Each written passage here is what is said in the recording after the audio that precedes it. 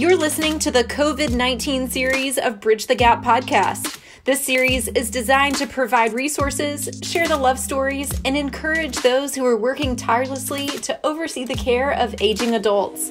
We believe in you. Welcome to Bridge the Gap podcast, a senior living podcast with Josh and Lucas on our special series dedicated to COVID-19, where we're bringing thought leaders and people that are inspiring all over the industry to come on and talk to you about best practices and what's going on in the industry today.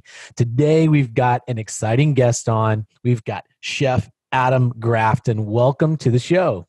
Thanks for having me. It's great to be here. Well, we know that dining is a major topic on a good day. And during the middle of a crisis, it is elevated to an entirely different platform, and especially the one that we're in right now that involves infection control.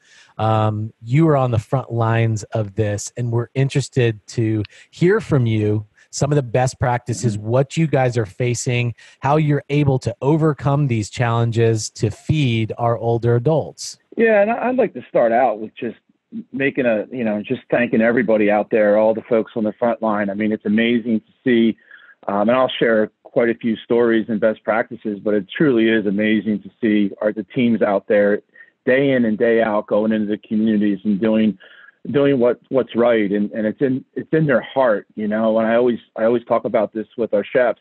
When we're recruiting chefs, it's recruiting the right folks for senior living. Either you've got it or you don't, and honestly, the folks on the front line have such a big heart for what they do, and going in the community every day and taking care of our seniors. They're truly amazing. And just again, going back, I mean, it's the folks in the communities. I think them having such a huge, heart to do what they do. And really, you look at the chefs and the operators in the communities, it's what they do, and so it's about great food. It's about creating that excellent experience. So as COVID-19 hit, it's about shifting gears for sure. As a chef, it's that, all levels of care, equal emphasis, great food, great presentation. And then all of a sudden, the new regulations come out, and now it becomes, limiting communal dining. And obviously that means room service and disposables. So it's about being really creative on how you create that experience and maintain the quality of the food. And, it's simply modifying menus versus jeopardizing quality is what has been the theme, as I'm talking to our chefs out there in the field. So yeah. And so chef, give us a couple of just kind of tangible things that as this delivery method has changed, and you're not compromising on quality. There's a high attention to infection control. But what are some tangible things that you're seeing being done in the communities to help the residents still have not only quality food, but a quality experience? What are some things practically that are being done right now? Yeah, so I think it's the little touches. Each week we have what's called our culinary resource hotline. So it's where chefs, operators can call in. Myself and my team host the calls, and it's really about just an open forum for everybody to kind of talk about what they're doing, listen in on what other communities and teams are doing. And that's been a great outlet for us to really, first off, understand what the best practices are, and then how do we go ahead and apply that from an innovation standpoint, which is extremely important.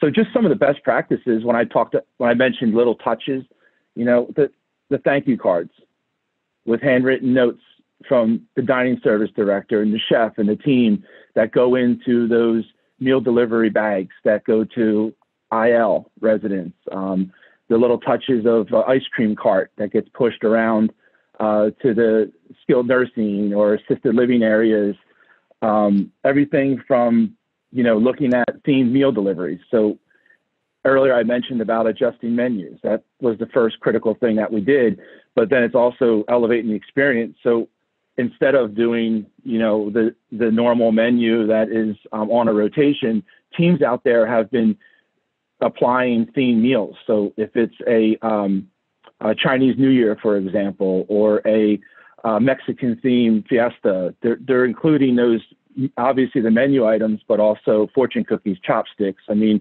it's those little touches of how do you make that experience the best you possibly can for our seniors. I've heard stories of in our cornhole games being played off of the balcony of residents' rooms, and facilities is setting up the cornhole underneath, and they're taking turns playing cornhole off the balcony. I mean, it's those little things that are truly, making a difference.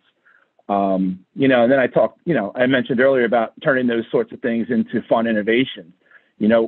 One thing that we noticed and was made clear of just the concerns of weight loss, right?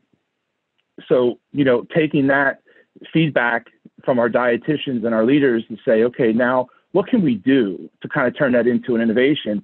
And we just rolled out what's called 10 and 2 Time to Groove, which is awesome. So we put together a very simple, fun menu of smoothies, snacks, and then we've positioned it where there's full marketing that's available, and then that 10 and 2 becomes an activity along with food during 10 o'clock and 2 o'clock.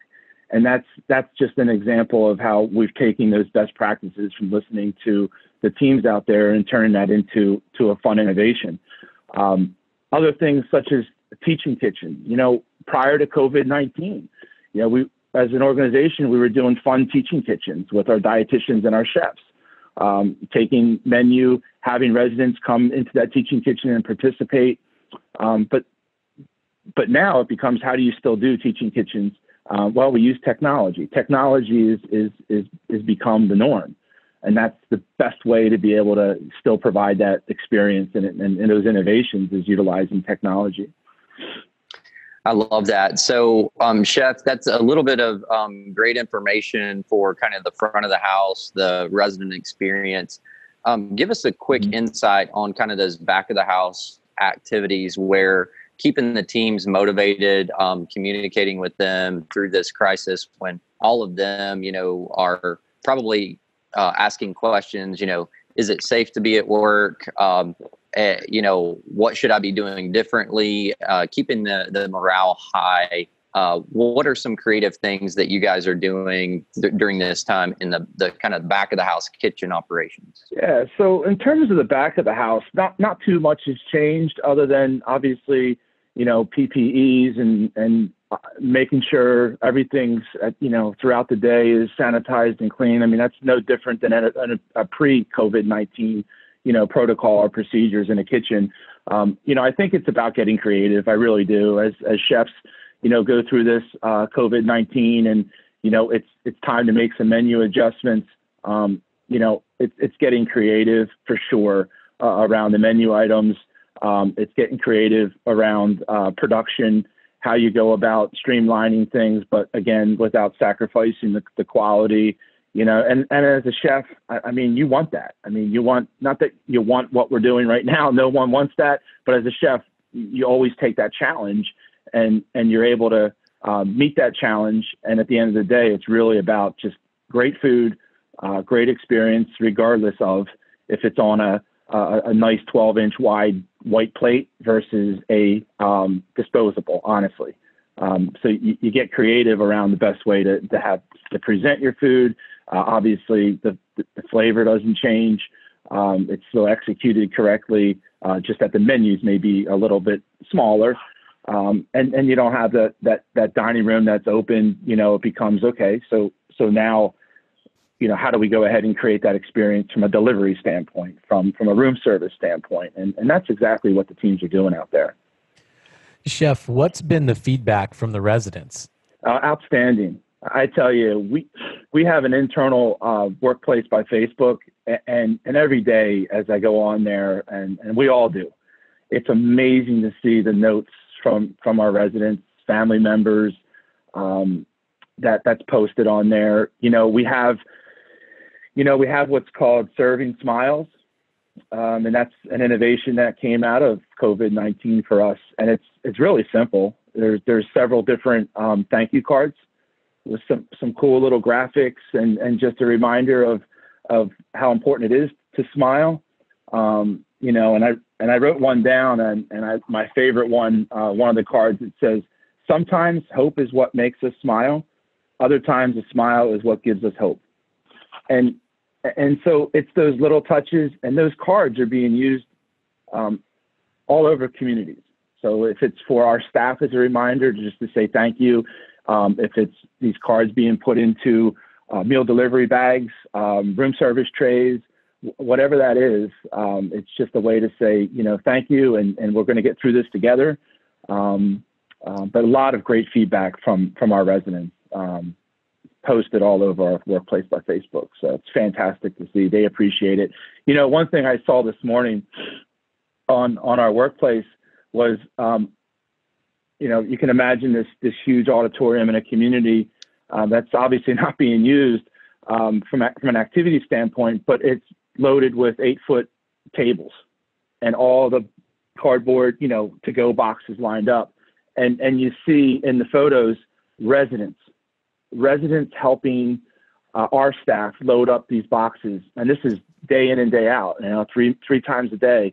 Residents are getting involved and helping out. I've seen photos of residents gathering meal tickets and organizing with our team members. So it's that, what I love about that is it reminds me very much of when I first, as a chef, came into senior living 20 years ago. And we always had, around the corn season, we would bring in big bushels of corn, and residents, it was an activity for them. They would take 5-6 bags, shuck them for us, say thank you. But I think we're seeing more and more of that caring and that kindness. And I think that's fantastic for our younger folks that are in our communities, to see that the residents participating and wanting to help. And so there's a lot of positive things. And the more we can stay focused on the positive aspects of what we're all working through right now, I think that at the end of this, there's going to be some great things that come out of it. Man, what great stories. Thank you for sharing that. It's very encouraging. And I agree with you. Oftentimes, it's in difficult times that people are really brought together, and innovation comes out of situations like this, as you mentioned. And so forward looking, I know that we as an industry and as humans are going to be stronger for this. And what an awesome opportunity to have you on the show this morning. Thank you for taking time with us. I know you're extremely busy, and thank you for what you and your teams are doing. It's a huge blessing and encouragement to us all. Yeah, no, thank you very much for having me. It's a pleasure. So appreciate it. Chef Adam from Morrison Living on the program today, bringing that encouragement through a hope and a smile. Thank you so much. We appreciate you and your teams. And to all of our listeners today, just know that we believe in you, and we're thinking about you, and we're praying for you, everybody in these communities and operations. We hope that you have a very wonderful and blessed day. And thanks for listening to Bridge the Gap. Thanks for listening to this episode of Bridge the Gap podcast, the COVID-19 series. If your company, community, or caregivers are going above and beyond in their daily duties, we want to hear about it. Tag BTG Voice on social media or send us a message at btgvoice.com.